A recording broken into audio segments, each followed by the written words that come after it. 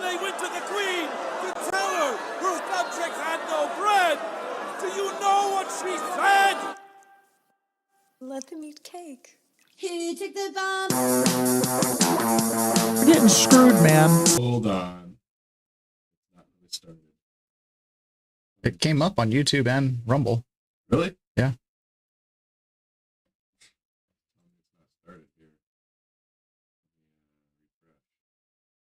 Ah, it is live. Are we live right now? Yeah. And when they went to the queen to tell her her subjects had no bread, do you know what she said? Let them eat cake. Here, take the bomb. We're getting screwed, man. Every time we turn around, we're getting screwed. Oh, the revolution's going to be through podcasting for sure. That's the only way we talk. It's the little guys that take the brunt of everything. It's got to stop. Peasants, man.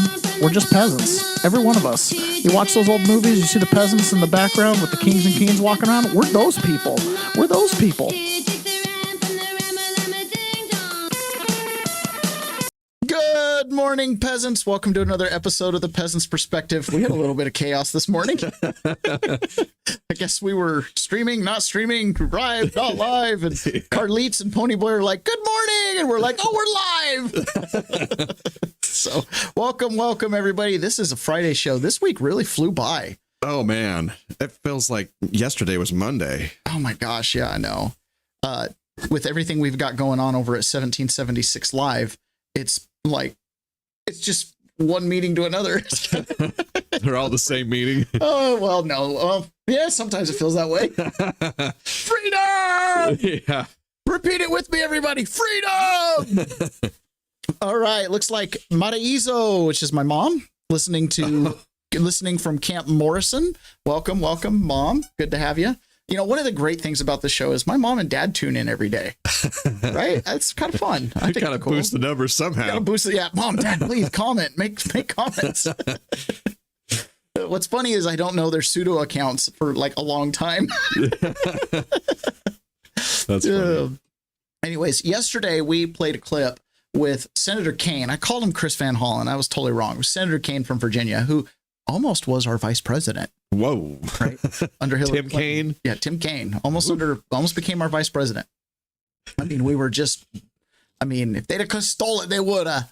So anyways, and he was talking about how our rights don't come from the creator. That's a crazy notion. The Iranians believe that. And Scott Adams made a point, and I actually would repeat this point, and I repeat this point repetitively at 1776 Live. Our rights do not come from, quote, God. You can call it God all you want, but the Declaration of Independence is absent the word God. It says the word creator. Your word creator is kind of up for debate, right? I mean, it could literally just be your dad and mom. Honor their mother and their father, that their days might be long upon the land. So your creator is kind of an ambiguous phrase. And it was done that way very, very, very intentionally, because where Senator Kane is like, your rights have to come from government. If you try to say, no, my rights come from God, well, okay, let's get rid of this government and let's do it again. But which God's rights are we doing? Are we doing Allah's rights? Are we doing Krishna's rights? Are we doing Jesus's rights, right? The definition of who your God is and what he values from his creation makes a big difference, right? Or we talk about Code of Hammurabi because they're using divine, Baal. God told me this. Exactly. So it's not that you can't or shouldn't believe that your rights come from God, but you know who your creator is, right? So the correct argument is my rights are inherent, they're unalienable, and I reserve all of them except for the ones that I have specifically surrendered to the state to manage in some way, shape, or form. Right. My rights are all mine. It doesn't matter where they came from. I have complete and total liberty and freedom. OK, now in Canada, we played the clip where they were saying the best thing to do if you get a home invasion is to just comply. And so somebody is acting out exactly what you should do, according to the government, should your home be invaded. Oh, boy. Oh, but before we do that, I'm going to switch over my sound. The door is unlocked for you. Oh, man. Roll out the red carpet. The door is unlocked for you. Yes. Hey, get in here. Close the door. I don't want you to get bit by the mosquitoes. So, first of all, thank you so much for choosing my house to rob today. There's so many options. It's a privilege for you to be here. I've got a selection of drinks for you to choose from. Great choice, Fancy Perrier. I like it. Okay, so the kids are upstairs sleeping right now, and if they wake up, it's really going to make this whole experience very unenjoyable for you. So to streamline the process, I've got a few things laid out. Got a 50-inch 4K for you. Got a MacBook Air, and I even have a pair of earrings from Peoples gifted to my daughter for her baptism. And really, who needs it more, you or her? Am I right? Now, I did. Hold on. You look a little familiar. You were the one who took my car last year. I knew I recognized you. I love repeat offenders. So I didn't want to take away the full joy of you robbing my house. So these are just a few items. If you head upstairs to the master bedroom, my wife's jewelry is laid out for you. Take whatever you want. Head downstairs. You'll find my safe wide open for you. Take whatever you want. Now, I'm going to be in the kitchen making myself a sandwich. If you have any questions, feel free to come and join me. What's mine is already yours. So that came out yesterday after the police chief was like, the best thing for most Canadians to do is just comply. My favorite part was be a good witness. Be a good witness. Yeah. Oh, be shit. a good witness. Okay. Oh, you stole my car last year? I love repeat offenders. Come on back. In the chats, Douglas Wyatt. Hello, hello. Thank you for joining us. Doug is a prison buddy. Ooh. He and I have walked miles and miles together on prison blocks. Welcome. Yeah. So the Trump administration made a certiorari appeal to the Supreme Court. Oh, what? Certiorari. Some kind of legal thing? Yeah. It's Okay. Cert appeal. Jeez, man. I'm sorry. Too early in the morning for all these consonants. All right, cert appeal. So what this is basically saying is that it's for the tariffs. Okay. Right. There was this appeals court, this international trade appeals court that said that Trump's tariffs are not based on an emergency power and you can't do it and, blah, blah, blah. So here's a couple highlights out of it. It says the 27-nation European Union have already entered into a framework that deals with the United States accepting tariff arrangements, heavily recalibrated in America's favor and agreeing to make approximately $2 trillion of purchases and investment in the United States. Then it goes on to say the stakes in this case could not be higher. The president and his cabinet officials have determined that the tariffs are promoting peace and unprecedented economic prosperity, and that the denial of tariff authority would expose our nation to trade retaliation without effective defenses and thrust America back into the brink of economic collapse. To the president and his most senior advisors, these tariffs thus present a stark choice. With tariffs, we are a rich nation. Without tariffs, we are a poor nation. According to the president, 1 year ago, the United States was a dead country, and now because of the trillions of dollars being paid by countries who have so badly abused us, America is strongly facing a financially viable and respected country again. The president predicts that if the United States were forced to pay back the trillions committed to us, America could go from strength to failure the moment such an incorrect decision took effect, and the economic consequences would be ruinous and instead of unprecedented success. To Judge Toronto's dissent recognizes that reasoning is profoundly wrong. It contradicts IEEPA's plain text, the court case, statutory history, and longstanding practice. Without further qualification, IEEPA authorizes the president to regulate, to govern, or control foreign imports to address national emergencies. Imposing tariffs is a quintessential method of governing or controlling imports. The court has long interpreted regulation of commerce in this area to encompass tariffs or duties, and the court has interpreted the phrase adjust imports to encompass tariffs. There's nothing new or suspect about IEEPA's broad delegation of tariff authority to address national emergencies. Congress has long supplemented the president's Article 2 foreign affair powers by delegating capacious authority to impose tariffs, and that president's judgment will advance national security, foster economic prosperity, or facilitate negotiations with foreign countries. Likewise, the major questions doctrine on which of the federal circuit relied is inapplicable.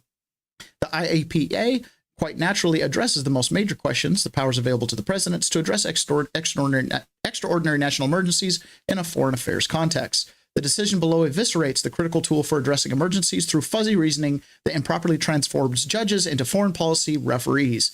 Though the federal court has stayed its mandate pending the court's review, its decision has jeopardized ongoing foreign negotiations and threatened framework deals. Left undisturbed, the decision below would be the president's view, unilaterally disarm the United States and allow other nations to hold America's economy hostage to their retaliatory trade policies, and this court should grant certiorari, expedite consideration of the merits, and reverse.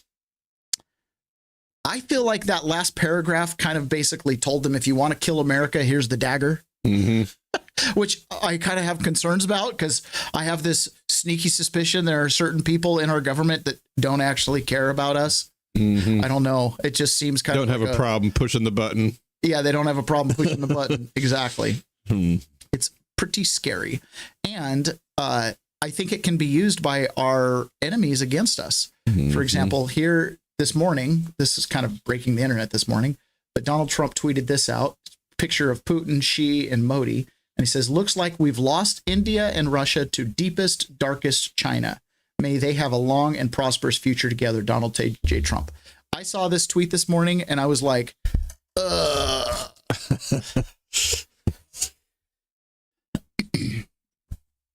It's a difficult position to be where you're the big guy, the big boy on the block, right? And you've had the bully stick for a long time.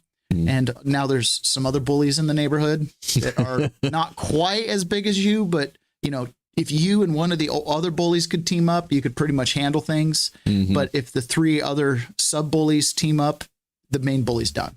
And that's what I see here. India, China, and Russia.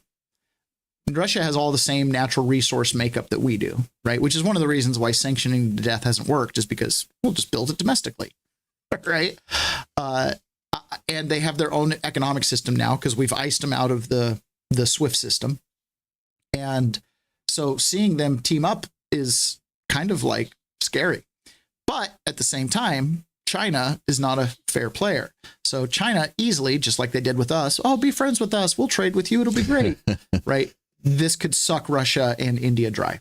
But Russia and India are better at protecting themselves than America ever was. Right? We were like an easy, supple target. You know, we were like the supple white flesh that mosquitoes come to. That's exactly like no defense. We like cheap trinkets. Yes. You know, oh, we love the communists. Yes. It's like, why would you hurt us? We're just nice people. You know? Like, okay.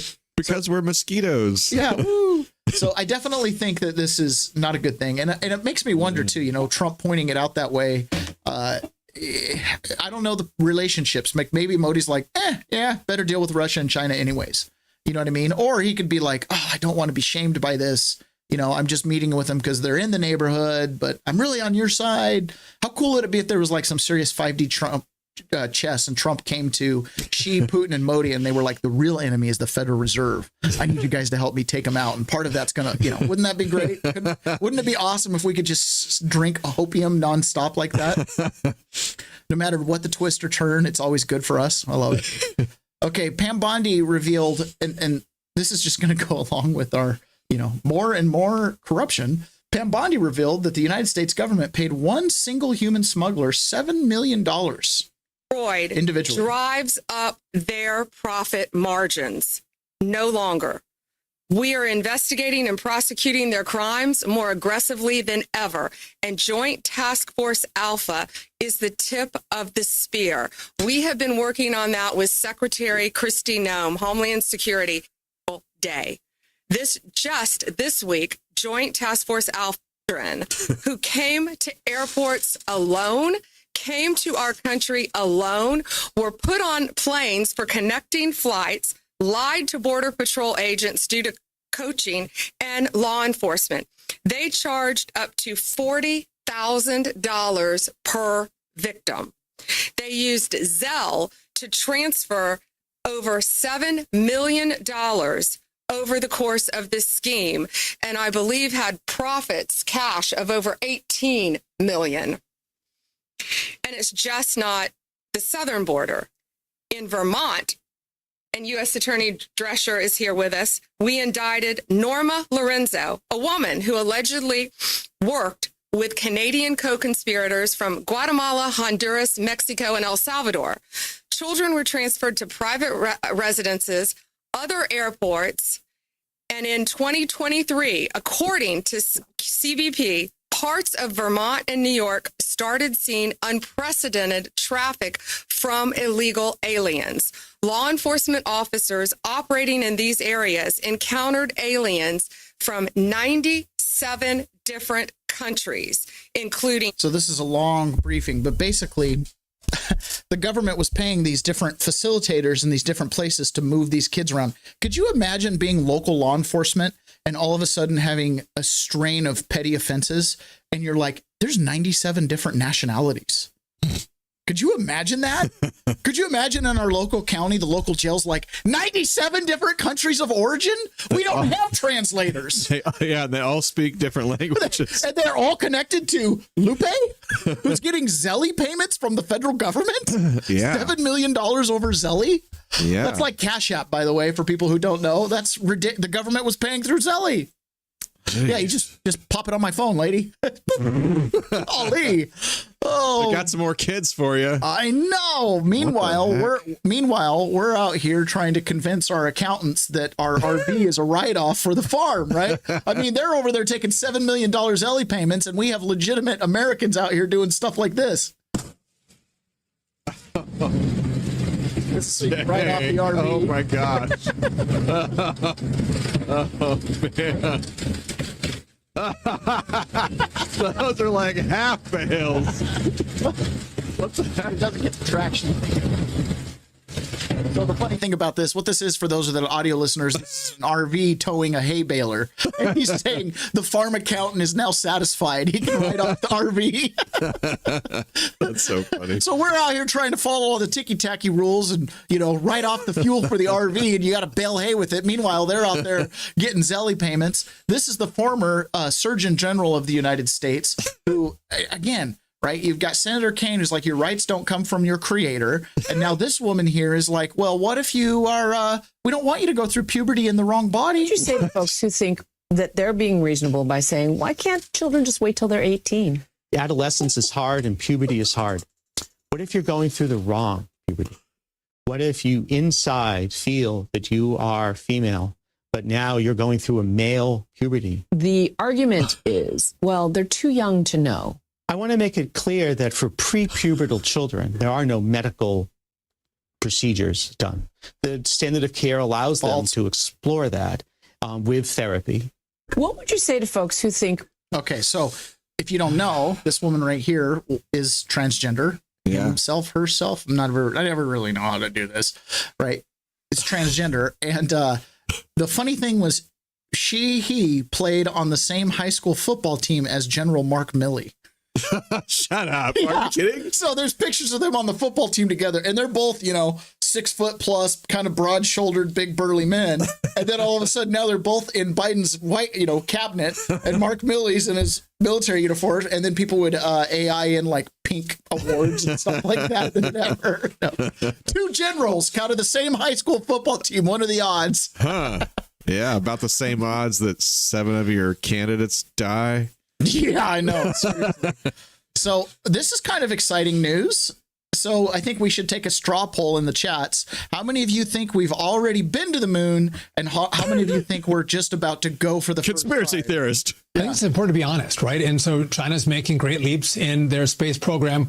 And it's important to note that their civil and military space program, there's no difference. They're all the same. And as you know, the U.S. comes in peace, right? We want our partners around the world to come together, and we want to win the second space race to the moon. But we know that China wants to get there before us. We're not going to let it happen. We hope we can do first part of the year. That is going to be a mission, a 4-man crew that's going to go out and around the moon.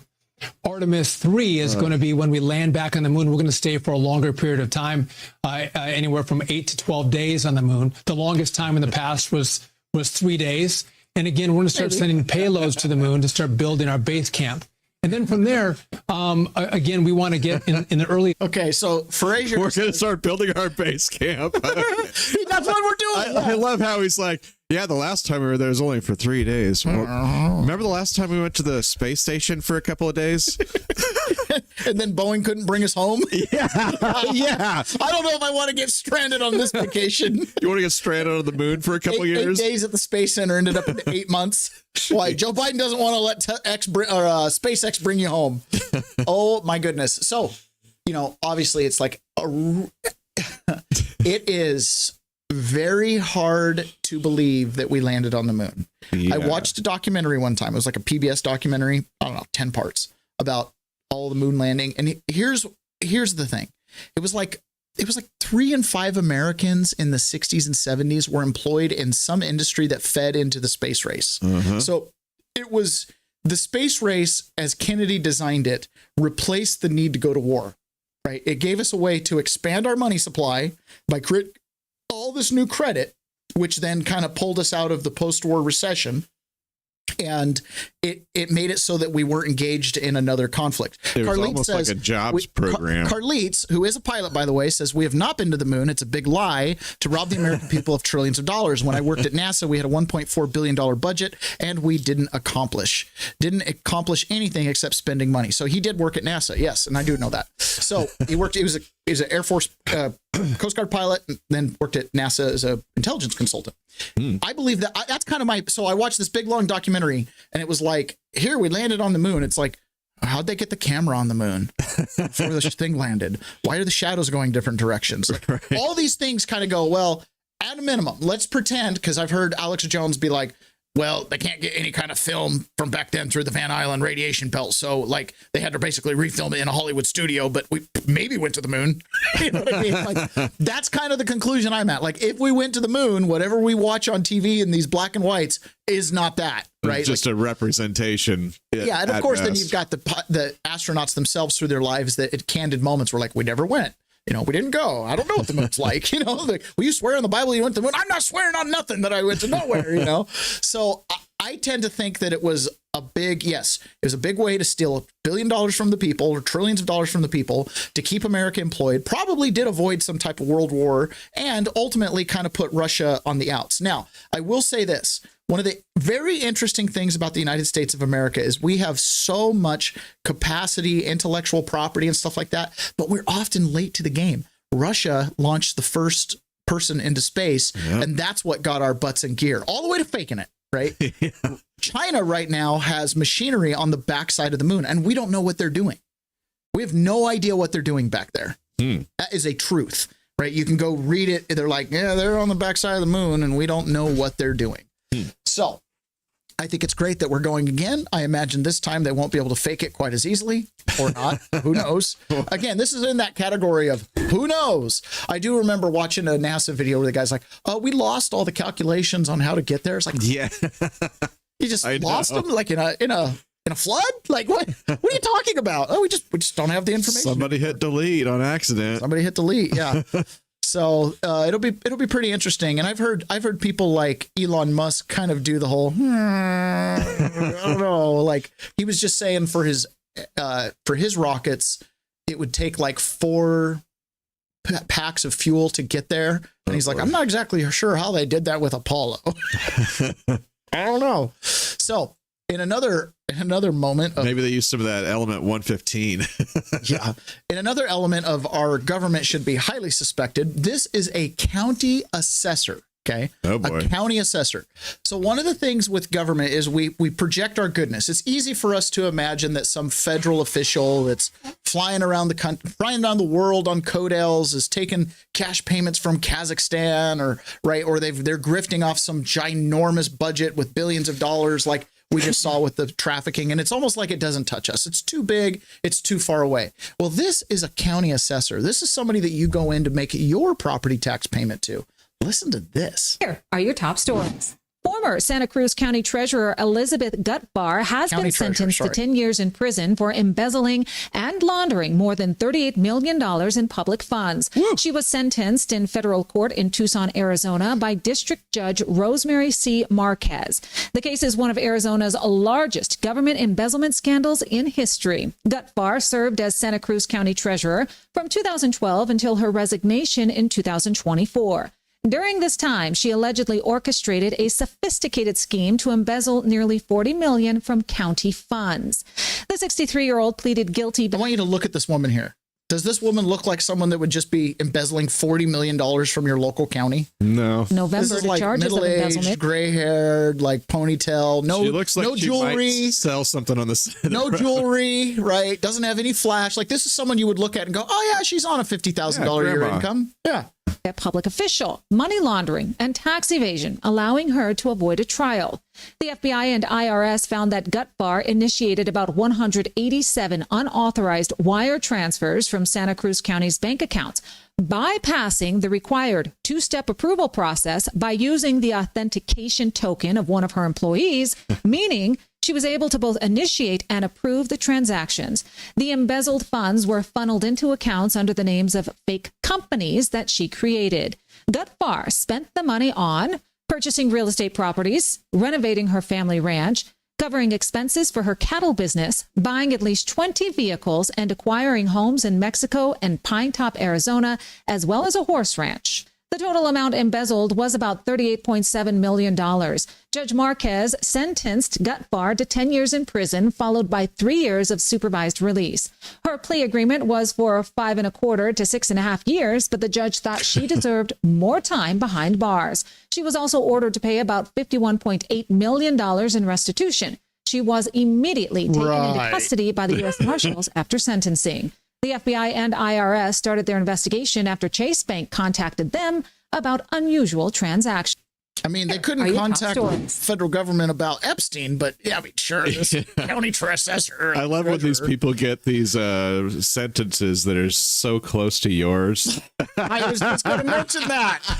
I know you were. I'm like, oh, so she was going to get, what did I say, 3.5 to 5, 6? Yeah, for $40 million. I got 7 years. 7 years and 3 months. And I didn't take $1. Choose your crimes wisely, kids. What am I thinking? What am I doing here? Right? Holy cow. That blows me away. Yes, the disparity in sentencing is a huge problem, right? And the reality is, you know, she's already learned her lesson. Like, I promise she's not going to be embezzling any more money anytime soon. You know what I mean? I'm just kidding. I mean, when public officials, people that are in a position of public trust do stuff like that, you have to come down with the hammer. You have to. Just by virtue of her authority, it makes it something completely different than me. I was just a peasant, you know, and they about popped my head off. So yeah, for her, 10 years almost feels light. It almost feels light. But yeah, it is very close to the judge is like, 6 years. I got to go more than that. Kind of deserves more, I think. I mean, it feels kind of light. Yeah, that's kind of light. So this is something that I am concerned about. This is Steve Bannon here, and he's reading off of a op-ed that Mitch McConnell wrote, which I almost wonder if Mitch McConnell's writing anything. It's important to understand the connections of these people. We've just gone through, you know, a local county treasurer that's committing massive financial fraud. You've got the HHS is paying human smugglers millions of dollars over apps like Zelle, right? You've got many public officials that have all kinds of interlocking connections, including Mitch McConnell, whose wife, right, is a Taiwanese, and her dad owns a very, very large shipping company that has huge ties to the Communist Party of China. So in a world where Xi, Modi, and Putin are aligning, and you've got the United States that's been like a supple I think of like you roll over a log and there's a bunch of big maggots and we're that big one that's like, eat me first, you know. Like, you know, that's who we've basically been. And here Mitch McConnell's like, oh, Trump's getting tough. Oh, this is horrible times. This is like the 1930s. He might be right. But the problem is, I think he just wants us to roll over and be cannibalized. I want to start with this, because they asked me today to speak about how do you make America first, America first. Front page of the Financial Times of London. He hails China's unstoppable power in show of solidarity with Putin and Kim. Okay? President Trump called this a conspiracy. Said if these guys are going to conspire against us, they're going to have to answer for this. I mean, he was pretty blunt. That's more than a conspiracy. I would tell the president, that's a flex. Mitch McConnell is interviewed in, I think, the leading paper in Lexington, Kentucky. Now, it was a couple of days before this event. And remember, what this event was tried to clothe the Chinese Communist Party and shroud them with the patina of being a victor in World War II, in which they did virtually nothing except fight the nationalists, right? Very little engagement with the Japanese, because their plan was always, after the shooting stopped with the Japanese, to take over and fight and take over the country, which in the Civil War in 1949, as Joe McCarthy tells us, General Marshall and other communists in the State Department essentially turned the country over to the Chinese Communist Party. Mitch McConnell came out, and Mitch McConnell said in this interview that we're in as dangerous a period as the 1930s, right? The 1930s. And he blamed it on Trump's tariffs. On Trump's tariffs. Trump's America First policies, and particularly regarding Ukraine. Nothing could be farther from the truth. America First is what's going to save this country. It's saving it right now. That flex. They had Putin on stage. They had Kim on stage.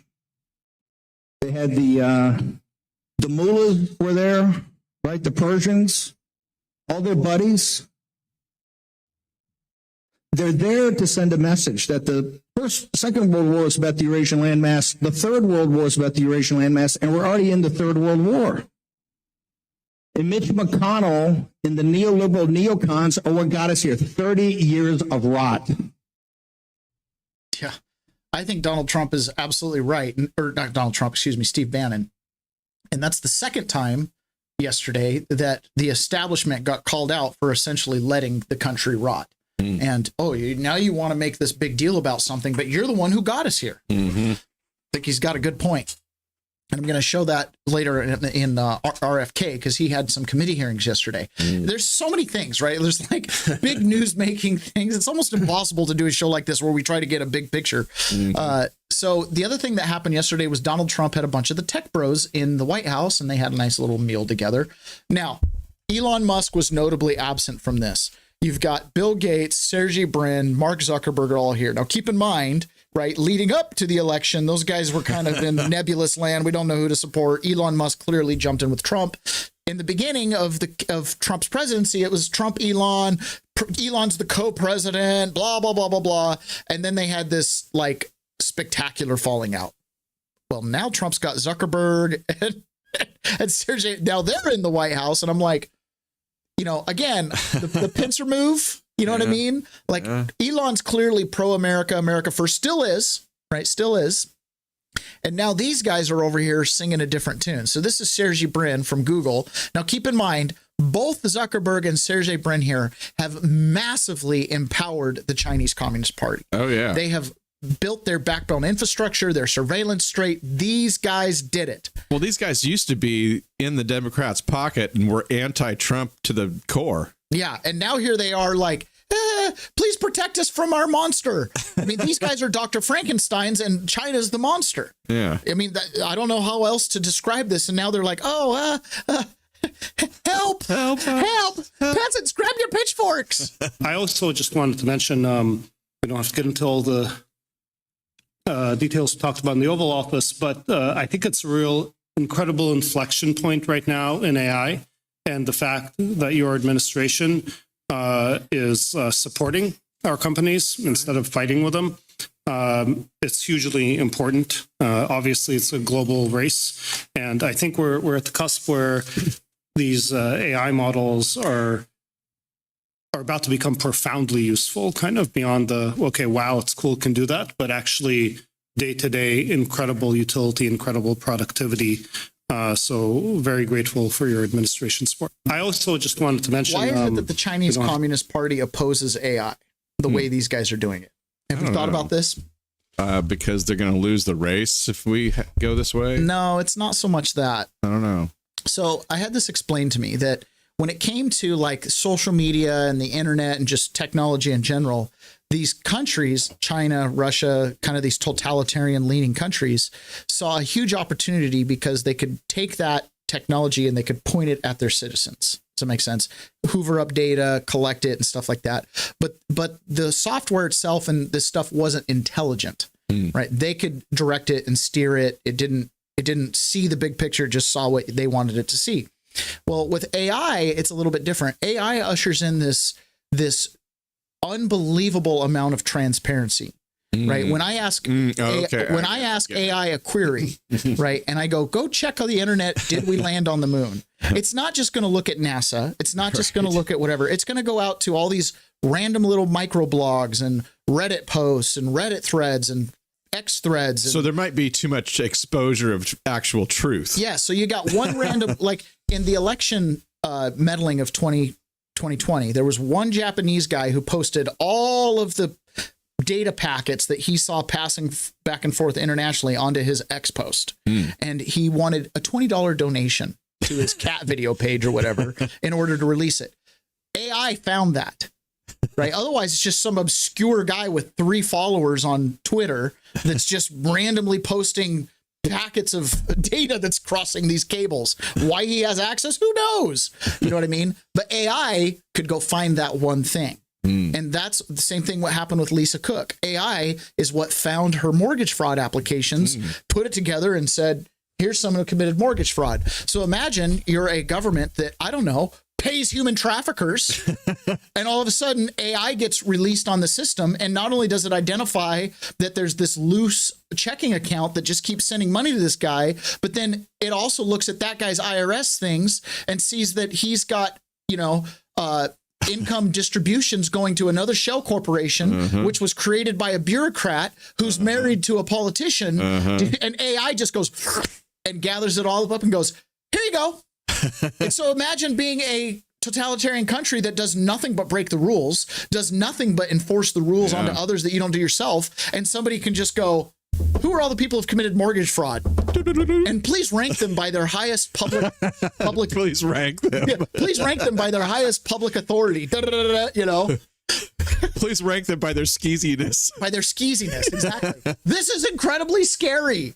This is incredibly scary for these governments. And so one of the things I've read is that they're kind of like, this is why they're over the top with these AI companies, like, well, you have to do it this way and you have to censor this and you can't look at that. And they're like trying to be like, we still want to use AI, but this isn't your normal Google search function. You can't bury something and hide it from AI. You know what I mean? You got to unplug it and throw it away and hope nothing was ever referenced. I have watched another thing on AI yesterday, and it was this guy, very serious man, and he's been in the AI space for like 30 years, so way before it was cool. And he's very concerned about AI in general, and it's his opinion that AI needs to be shut down and stopped at all costs now. And his opinion is that AI will eventually outpace us and will be the downfall of humanity. I think there is a race to grab it as fast as possible from all these different nations because they want to be in control of this ultimate power. So I listened to the CEO of Palantir the other day. Now, Palantir is different than Zuckerberg and Elon, who have a public-facing large language model where they want you to use it. Palantir is creating their AI for contracts and government use and stuff like that. But one of the things he said is that they missold large language models. Large language models essentially are a wonderful search engine. They can do a lot. They can compile a lot of data. They can go fetch things for you. It's a great paralegal. It's a great assistant. Okay. And he says, unfortunately, it got sold that this idea that large language models then are going to flip over and become general AI. And it's like, he says, it's not on the cusp. Like they're totally separate things.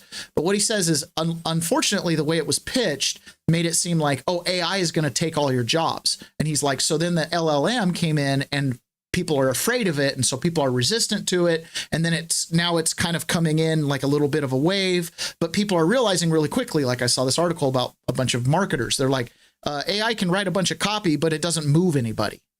Right. It takes that human, this is funny. This is going to spark imaginary thought. AI can't think an image. You know, it can't think in projection, or it can't project on an idea through, you know what I mean? Like, well, Trump will go, you know, not all women, just Rosie O'Donnell. AI is never going to come up with that joke. Okay. And so he was saying it's kind of wrong. He says, but where AI gets really, really good is when people start to use it like a tool, just like, hey, computers are going to destroy the world. Yeah, the Luddites are right. Like, you know, we keep going down this path. Eventually they will, but they're also really useful. Clickety clack, clack, clack, as I keep going on my computer, right? This show brought to you by technology. So it's really about how we use it. Yeah. Right. So if I'm a radio show host in the 1990s and you're introducing internet, I'm going to go, oh my gosh, someday Taylor's going to have a little podcast and he's going to compete with me. Right. You're going to want to reject it. So anyways, he was basically saying that AI is a tool and it's being introduced like the first laptops or whatever. Let's see where humanity takes. So even if it's not a thing that's going to take over, it's still an incredibly powerful and useful tool. And there's still going to be a race for it for all these different nations. And I think that's what this meeting's all about. And a race for how to use it. Yes. Right. The big thing will be when you can turn AI to blue collar.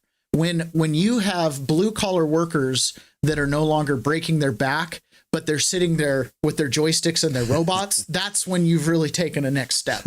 Right. But either way, point is these dictatorship authoritarian countries are more afraid of AI against being used against them than they're really wanting to be able to use it. The benefit. Yeah, they already have the surveillance state, and yes, we can use AI to help out a little bit, but it's the double-edged sword, and they kind of know that. Whereas here in the United States, and so the governments are putting pressure on them. And this is what Kamala Harris did. You guys, you know, don't advance AI anymore. We're going to tell you what it's going to be good for and what we're going to use it for. And that's that. That's what really turned off the tech bros and made them turn towards Donald Trump. Because at least Donald Trump was going to be like, I don't know, do what you're going to do. Don't hurt anybody. Yeah. Okay. So different attitude. I see that as a good thing. Like maybe Zuckerberg and maybe Sergey Brin might be seeing China and seeing how they've overplayed their hand. And if they can kind of draw that technology away, it might be a really good thing. But we might be a little bit too far gone as well. Who knows? So this is Zuckerberg talking about some massive investments he's going to be making in the United States with these data centers. Well, thanks for hosting us. I mean, this is quite a group to get together. And, you know, I think, you know, all of the companies here are building, just making huge investments in the country in order to build out data centers and infrastructure to power the next wave of innovation. So it's, you know, we don't often get together as the CEOs of the different companies, but it's good to see everyone. How much are you spending, would you say, over the next few years?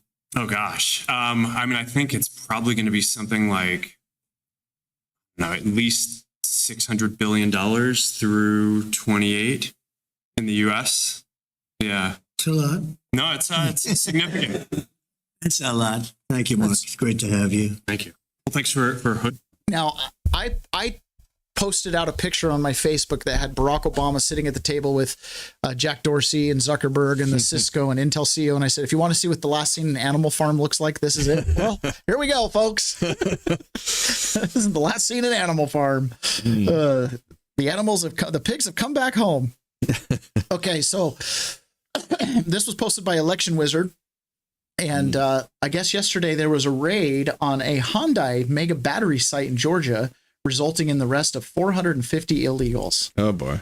So, you know, I always had this impression that illegals worked on the almond field and picking almonds and strawberries. They work everywhere. Yeah, and maybe an occasional meat packing plant, you know, oh my gosh. But a hybrid battery factory for Hyundai, 450 illegals, that's an institution. Yeah. That's like the way they want to do it is cheap labor. When we talk about American jobs and, oh, these guys are doing jobs that Americans don't want to do. No, they're not. They're at a battery factory. That's supposed to be like a tech manufacturing It's like job. building cars in Detroit. I mean, isn't that the most American thing there is? The most American thing you can do. Yeah, exactly. Oh, man. Anyways, just another one of those like, we kill ourselves, you know, we shoot ourselves in the foot. Oh, we're so excited for this great Hyundai factory to be built. It's not going to benefit any of us, but it's awesome. You know, it'll drive our property values up because they're going to bring in 450 workers that have to live somewhere. So we're going to pay more taxes. Yeah, so that's going to raise property values. So we're going to pay more taxes, but we can't work there because we have a social. So, you know, we're precluded from working in the good new factory jobs because I'm an American citizen in America. We don't want Americans to work. No. But if I divorce my spouse can go get some SNAP benefits, and you know, and here's your UBI. We can do the Medicaid fraud thing for a few years, and you know, it's awesome. In America, if you have a social, you can't work. You know, no, these new jobs are for illegals. The most damning statistic of all was in the Biden administration when there was not one single net job gained for a native-born American. It was all the million jobs he had growth or whatever the total number of job immigrant jobs. 100%. Oh my God. 100% growth was to foreign-born labor. And this is how they did it. 450 workers at a Hyundai battery factory. I wouldn't even think that people in a battery factory, you'd think they'd have a decent HR department with background checks and you know, all your tax documentation done right and good bookkeeping. Apparently not. Apparently, even for Hyundai to hire 450 illegals is no more difficult than HHS zellying $7 million to some smuggler. I mean, why not, right? We don't hate our government enough. And it gets even worse, right? Every day. Here's the COVID stuff. Ron Johnson in the Senate yesterday. RFK had the hot seat in the Senate, and it was a hot mess. These guys were yelling at each other. We could have spent the whole show just going over these highlights. We won't, right? Because sometimes it feels like we're beating the dead horse. COVID bad, you know, government lies. Okay, but it's just important to continue to understand this stuff because as we saw play out yesterday in the Senate, you've got Congress or senators that are absolutely committed to maintaining the orthodoxy of all vaccines good. Don't even look, you know, the assumption that millions of lives are saved. So therefore it overrides any kind of side effects. Like they just you cannot question this. It's too foundational to something. It's the same thing the United States government does with money. Don't question the money, right? Don't ask about it. It's just take your dollar and go, right? Well, are you deflating our money? Stop talking about that. Just go get a slushie. Just go get a slushie, yes. And get a new credit card, you know? They don't want you to touch certain subjects. Well, COVID is one of those subjects because it ties into pharma and all this other stuff. And RFK is clearly cleaning house at CDC, FDA, NIH. And this is just, you know, you're firing these good scientists. He's like, they fired the scientists that were questioning the vaccine and for their uniform orthodox, you know, dictates. And so, yeah, I fired them. So this is Ron Johnson and RFK talking about just all the corruption in the medical industry. You want to just talk about what you've witnessed in terms of the capture of the agencies that you're now in charge of, the corruption of science, which I believe you just said, that is almost your number one goal, right? Is try to bring integrity and credibility back to science, which has been corrupted by the people who pay for it, by federal health agencies being captured by pharmaceutical industries, by big pharma, by big food. Just, I want to give you, I'm sorry, just the last minute to, first of all, defend yourself, but talk about the corruption of science that you're having to deal with and trying to correct. Yeah, I mean, I'll just tell you one example, and I could sit here and give you thousands.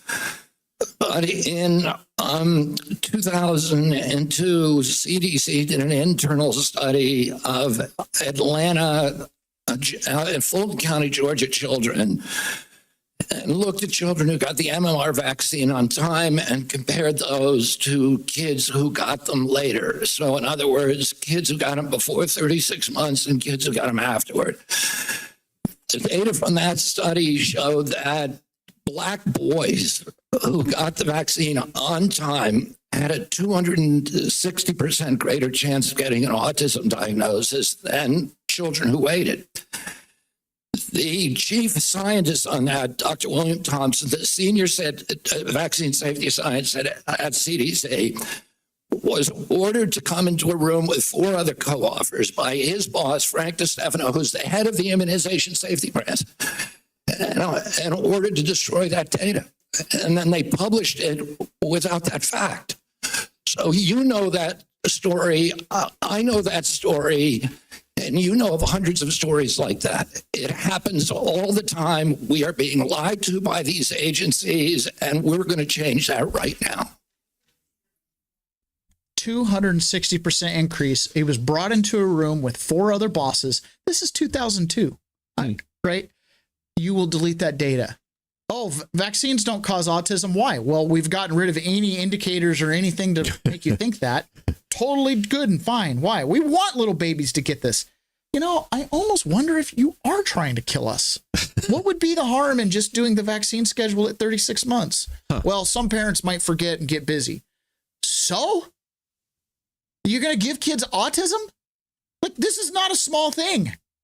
Not a small thing at all. Yeah. Well, let's go, CDC. Why did you do it? Was it because you wanted the black boys to be overly affected by autism? Is that the point? Are you racist? Well, hold on. It's not what just black reason boys. Would you do that? Was just this one study. This is not just affecting black boys. This is my point. It's like, at what point can we just agree to the truth? At what point can we just look at data and go, it says this or this?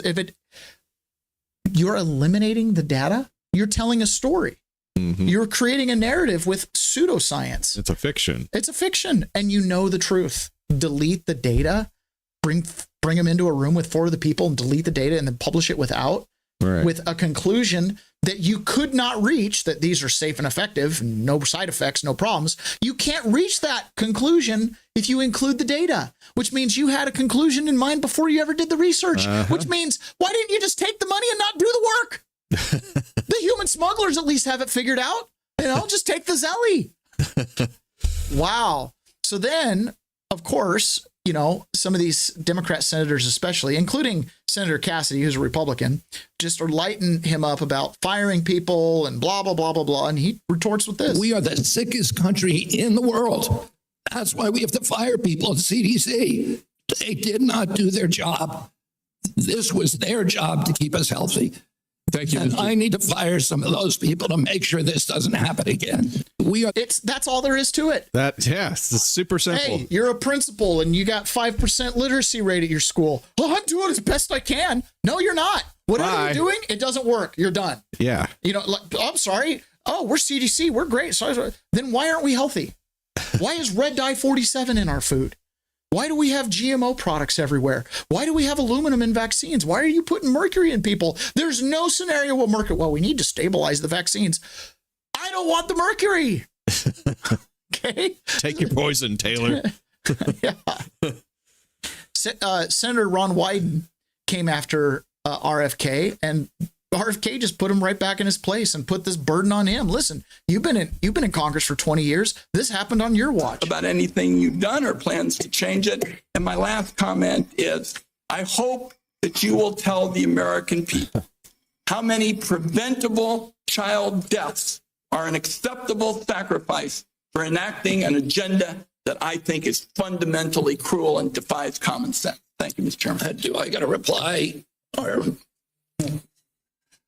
Senator, you've sat in that chair for how long? 20, 25 years, while the chronic disease in our children went up to 76%. And you said nothing. You never asked the question why it's happening. Why is this happening? Today, for the first time in 20 years, we learned that infant mortality has increased in our country. It's not because I came in here. It's because of what happened during the Biden administration that we're going to end. I'm going to let Senator Wyden respond briefly to that, and then we're not going to go over about anything you've done or plans to change it. Yeah, and my last comment climbed for the first time in so many years. It's probably one, they're reporting it better, but 2, there's a real problem with vaccinated mothers.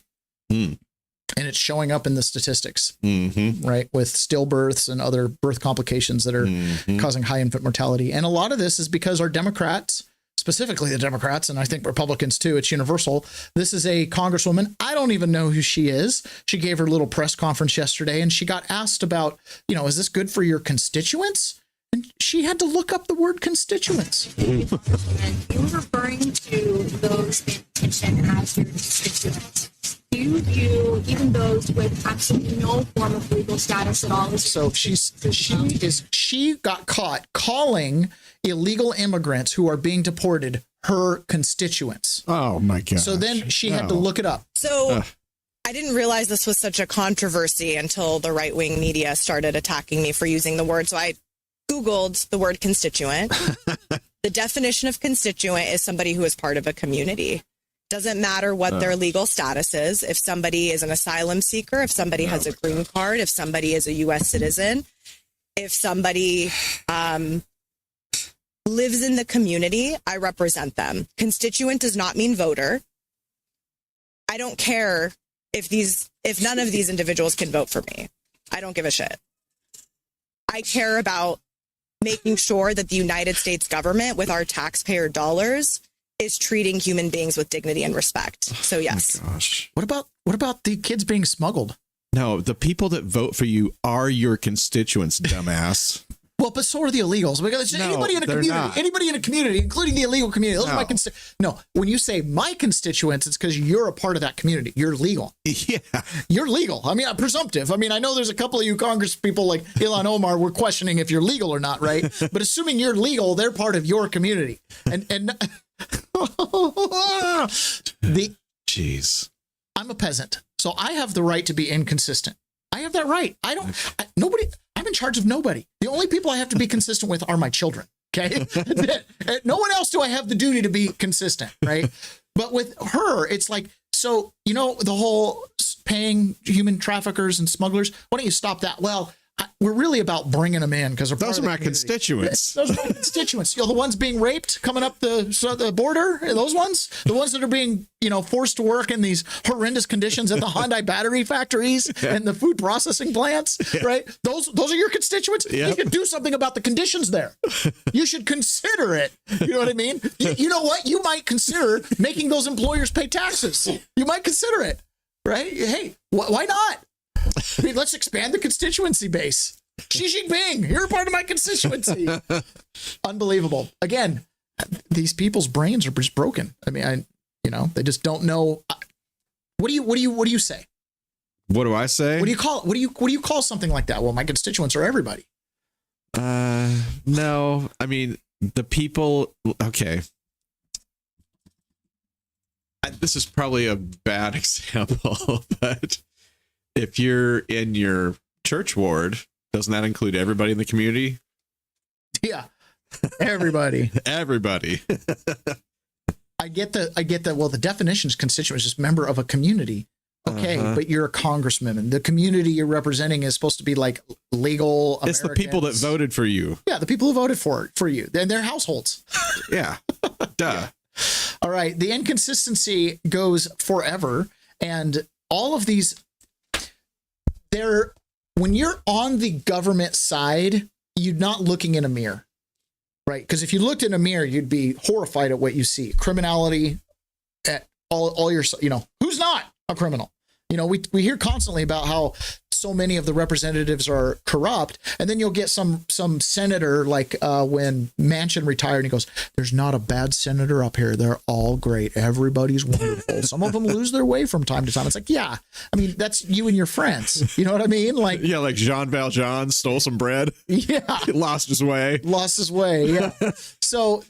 The whole idea that the government doesn't look in the mirror and see its own problems. Meanwhile, we're out here baling hay with their RV so we can qualify for a write-off, right? Apparently, these people don't worry about little technicalities like that. You know what I'm saying? So this is, again, on this Lisa Cook thing over at the Federal Reserve. Of all the trending news stories, this is one that I want to ignore because it should be a small story, but it's the biggest story there is. This is the Federal Reserve. This is the world's reserve currency, has a governor that doesn't respect the basic rules. And even the Brookings Institute, who was behind the impeachment of Donald Trump, has this to say. The Fed's ethics scandals have piled up a mountain high, and the Fed has frankly lost credibility for years, sweeping ethics scandal after ethics scandal of senior official under the rug. So it's very difficult to have any confidence in the Fed's honesty and transparency about what's going on with Cook, who they won't even acknowledge whether Cook is a governor or not today, why Kugler left, and a series of other scandals. And the Fed is really kind of eating a little bit of what they've sown by trying to cover up their own dirty laundry for years. So quickly, I just want to get your thoughts on where Congress and specifically the Senate factors into all of this, because we've got more than 140 presidential picks as of the beginning of this week awaiting floor action. And if we're talking about the Fed composition, not to mention some of these other administration specific appointments, that is lawmakers that are going to decide ultimately who gets the green light and who doesn't. And we also know that there's laws that are potentially, or I guess rules within the Senate that are potentially going to change around all of this too. Yeah, look, a lot of nominees have been slaved to the traffic light of the Senate floor, and it's been flashing red. On the other hand, Senate nominees can be moved quickly through the floor if a majority of Republicans. So the fate of the Fed really rests in the hands of 4 Senate Republicans who need to stand up to President Trump and say, we're not going to do this until you nominate people who will be independent. I believe that Lisa Cook has no constituency to support her. They have she has TDS. That's it. That's the only people that are going to support her is people with TDS. Even the Brookings Institute, that man that you just heard speaking, has TDS. Okay. He can't, she has no constituency. She has no community. Okay. She has no support here. Like, nobody gets up and goes, Our Lady made it under the Fed. No, you didn't know any of the Fed governors' names until they committed crimes. Okay. Like, zero care on who they are. Jerome Powell, that's interest rates. That's it. I didn't even know there were 6 of them or 5 of them or whatever there was. And the weird thing is like, hey, we found a criminal and this is who it is. And it's like, oh, we have to defend that person. Defender. She wasn't given the proper process to rebut the argument. Well, you have prima facie mortgage fraud. You're fired. Well, I need to be able to explain myself. No, you don't. Out here in the real world, we're like, no, people get fired because the boss has a bad mood. Yeah. Like, it takes nothing. Like, we have one of our show listeners while I was in prison. He sent an email off to his boss, just encouraging some changes on process and how things could be better and change the mojo of the office. And he got fired. he was trying to be constructive, but he thought, I'm at my wit's end on some of these things. They're not working great. I think I'm going to, help my boss see the truth. It's like, no, when you work for someone else, you're building their dream, not yours. Right? Yeah, exactly. Anyways. Okay, so this is some more on how the Fed just never solves any problems. There is not a problem the Federal Reserve has actually preemptively, proactively solved in the American economy. They caused the housing bubble. They missed the boat. On Wells Fargo. They fell asleep at the wheel on Silicon Valley Bank. Now Lisa Cook, who's been credibly accused of mortgage fraud, wants us all to believe she can stay in a seat, Dagan, to stop mortgage fraud. Bill Pulte has said this time and again. This type of mortgage fraud undermines mortgage origination. We call it at Azoria the Lisa Cook tax. We did the math on this, Dagan. Because of the owner occupancy fraud that Lisa Cook committed, if you were to eliminate all of that in the entire housing market, you would actually lower mortgage rates by 14 basis points. That might not sound like a lot, but that's $17,000 over the life of a 30-year fixed rate mortgage. So to your point, I think the Federal Reserve gets far too much credit on the way up and far too little accountability on the way down. I wish we could stop talking about it, but I'm glad that the president has removed her. And make no mistake, she is fired. Larry is right. There is not a problem the Federal Reserve has actually preemptively. I just see, when I look at the pictures of Lisa Cook, I just see a criminal. Mm-hmm. Like, I just see someone who doesn't care. It's the cloak of doing the right thing, but in my drawer here is my criminal activity. You know what I mean? Like, that's clearly what she was doing. She knew when she was signing an owner-occupied loan, she was paying less for a down payment. She knew she was getting a better interest rate. Oh, yeah. And she knew 2 weeks later when she got another owner-occupied home that she was doing just that. She knew it. There's zero doubt. Doing it again. Hey, this is such a good deal. Zero doubt. But at the meantime, I don't see her lobbying to get rid of mortgage fraud or just make all home loans the same and don't differentiate between investment and second homes and primaries. Maybe we don't even need a checkbox. Nope. I don't see any of that. She's not being, it's one thing to flout some law and then be consistent on the other end and be like, I think it's stupid. When Donald Trump, when Hillary Clinton tells Donald Trump, well, you don't pay anything in taxes. He goes, that makes me smart, right? It's one thing to be like, yeah, I don't pay taxes because I do a bunch of tax avoidance and all the creative strategies. It's in the law. It's legal. Take me to jail if it's not, right? That makes me smart. System you do. Yeah, that makes me smart. Whereas Lisa Cook can't be like, well, I have some investment properties. And you could be like, oh, it's just so hard to save up the 20%. And she would go, well, you don't have to do that. Just tell them it's owner occupied. Why? That makes me smart. That's not how this works. What Trump can do, it doesn't make you smart. It makes you a criminal. What Lisa Cook is doing, you cannot do. Right. That's the difference. What Trump is doing to not pay taxes, you can do. That makes you smart. What Lisa Cook is doing to not pay the extra payments and the taxes, is illegal. Is a crooked. It's criminal. Yeah. It makes you a crook. You know, if Lisa Cook's having the debate, she goes, "That makes me a crook." Yeah. That's the point. This is Bill Pulte on it. How did you respond to that? Well, first, let me say this. So here on Squawk Box, the CNBC host is extremely concerned as to why they targeted Lisa Cook. Are you guys just going around targeting people? I'll get into your question in a second. I've never seen people support crime like this. This is insane. Alleged crime. Let's call it that. What she did was wrong. Sure. The fact that she hasn't come out and said, hey, these aren't my documents, or some rational explanation for this alleged crime. Why is she not doing it? It doesn't make any sense. So I think most Americans, and you see this, Joe, on Twitter and otherwise, unless you're really well connected with the Fed or part of the elite class or, frankly, a news reporter, you look at this and you say, what the hell is going on at the Fed? To get to your point around independence, I don't believe for the last 4 years that the Fed has been independent. You see that even right now. You've got Lisa Cook, who's being represented by Norm Eisen. Norm Eisen is like the guy who tried to take down Trump, failed at it, but led the first impeachment. He's the lawyer for Lisa Cook. This is a raging Democrat. Then on top of it, you've got Jerome Powell, who's sitting silent. Okay, but Bill, I think what they're saying, it seems unusual. You're not. I don't think your primary role at what you're doing now is to seek out and find mortgage fraud. That's almost completely false. That's completely false, Joe. That's completely false. My job, and I swore an oath before the Senate and otherwise that I would root out mortgage fraud and that I would ensure that there's safety and soundness in the mortgage market. The idea that it might be one-sided. Joe, I got to finish. Okay. I got to finish. In 2008, the Housing and Economic Recovery Act was passed and gave enormous authority to this position in which I sit. It didn't happen by accident. There was a housing crash. A big part of the reason that there was a housing crash was because people were buying mortgages and engaging in mortgage fraud.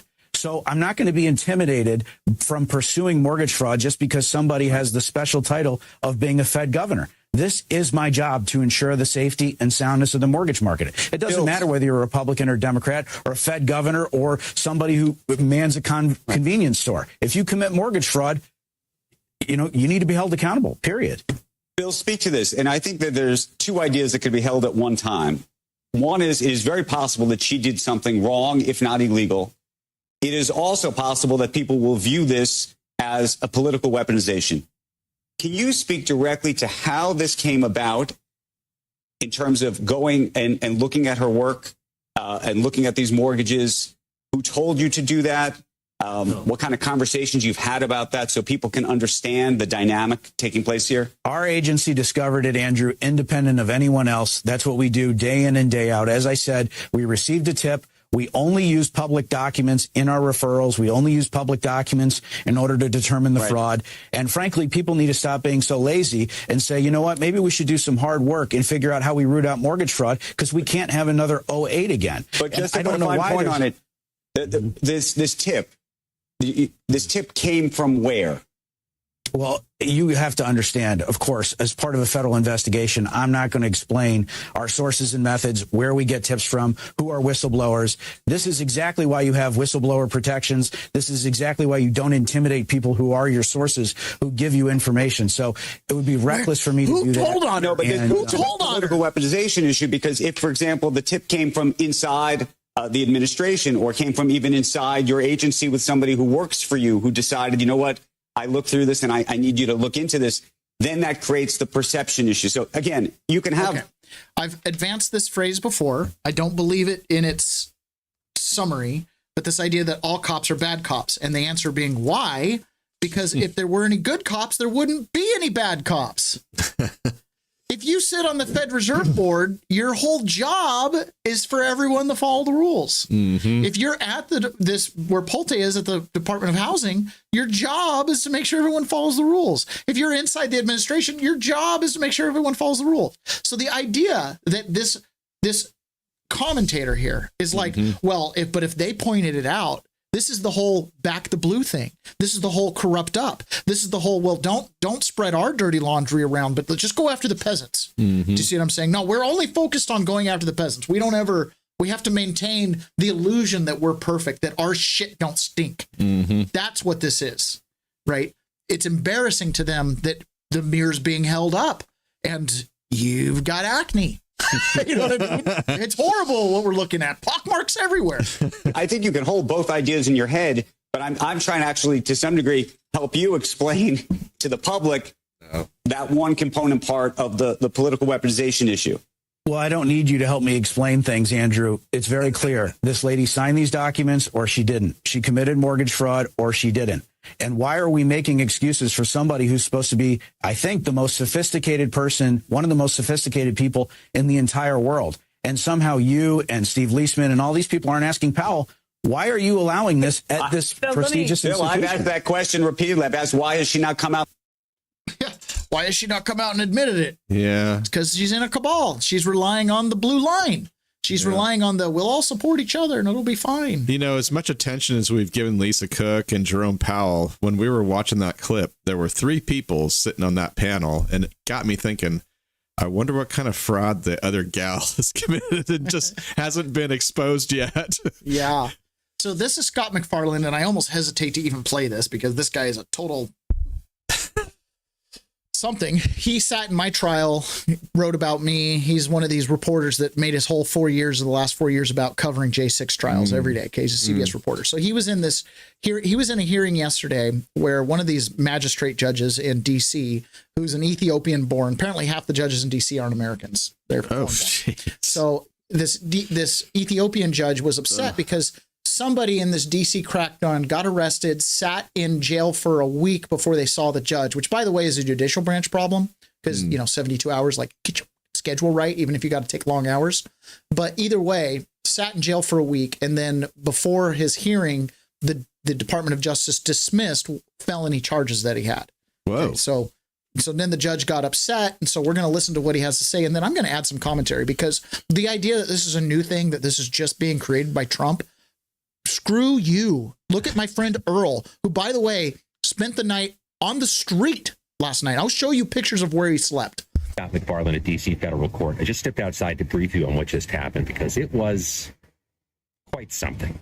Judge Sia Faragui just uncorked a 20-minute raised voice stem winder against the Department of Justice, accusing the feds and the administration of creating a constitutional crisis.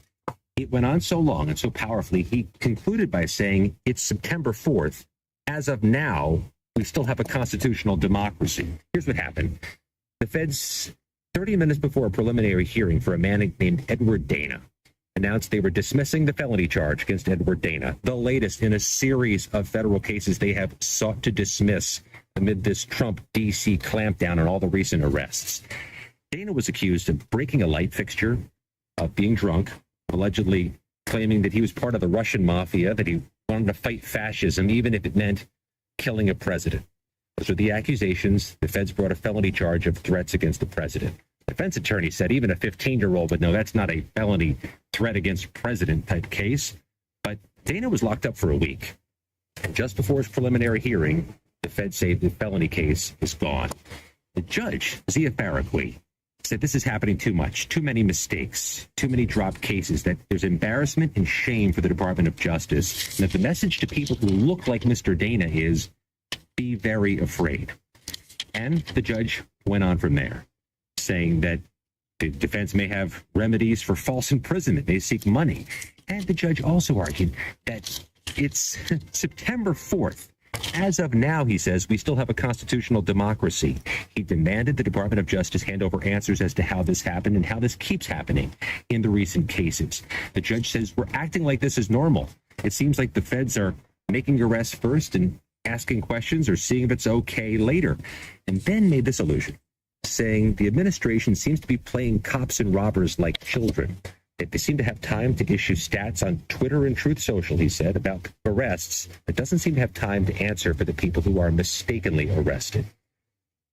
Edward Dana walked out of court a few minutes ago, a free man. His case is now over. Okay, great. Guy got a little bit of relief, spent a week in jail. Oh, it opens him up for restitution. I spent 420 days in jail. My friend Earl, 43 months in jail. And case dismissed, by the way. Just dismissed, right? So when this judge is, Carlitz on the Rumble 43 chat, months for a case that got dismissed. Yeah. Carlitz on Rumble chat says, for once, I'd like to see a judge named Jason Smith instead of these names we can't even pronounce in this country. Yeah, no kidding. So 43 months pre-trial, towed it all around the country, right? And then just case dismissed, you're out.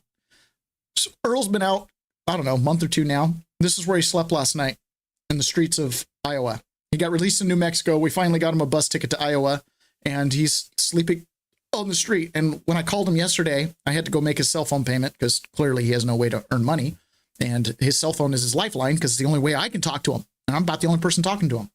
And he's sleeping on the street. He woke up. He's cold. Yesterday he had this huge head cold because it's really cold in Des Moines at night. And he just came from New Mexico. What's this guy going to do? Where's this judge to be upset about Earl, the white guy? The white guy with white hair, the Irish kid. Where's someone to be upset about his constitutional rights or, you know, his ability to get restitution for false imprisonment? I read in the transcripts where the judge watched the video of his alleged assault and the judge said the words, "Where's the assault?" He asked that to the prosecution 2 years before the case was dismissed. Where's the assault? See, the system is set up that once they're in, these judges want to gobble you up. They don't want to see cases dismissed because then the presumption is that the DOJ didn't have a solid case to bring in the first place. So bring the case and we'll prosecute it through.